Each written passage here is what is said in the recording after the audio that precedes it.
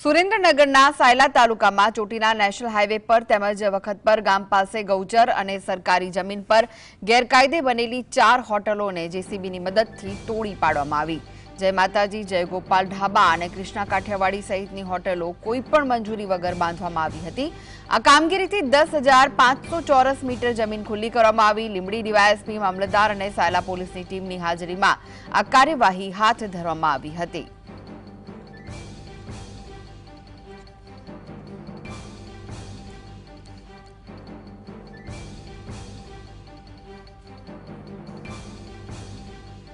એવી હોટલોને આઈડેન્ટિફાઈ કરી અને જે હોટલો એમાંથી ગેરકાયદેસર છે એ હોટલોને જે છે એ સરકારી જગ્યાઓ ખાલી કરાવી ગેરકાયદેસર દબાણને દૂર કરવા માટે થઈ સાયલા મામલતદાર શ્રી ચૌધરી સાહેબ અને એમની ટીમની મદદ લઈ આવી હોટલો આઈડેન્ટિફાઈ કરવામાં આવી છે। અને આજે અમારી બંને ટીમ સાથે રહી એ ત્રણેય જગ્યાએથી ટોટલ 4 જેટલી હોટલો ગેરકાયદેસર જે છે એને પાડવાની કાર્યવાહી કરવામાં આવી છે અને સરકારી જગ્યા ઉપરનું દબાણ જે છે એ ખુલ્લું કરવામાં આવેલું છે।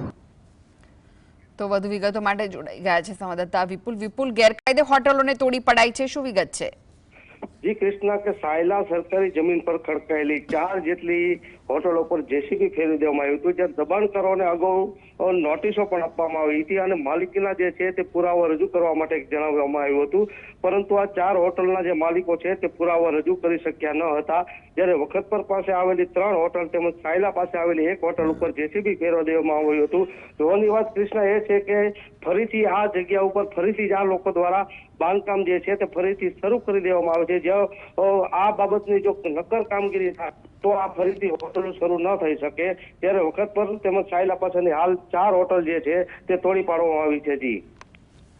જી, આભાર માહિતી આપવા માટે।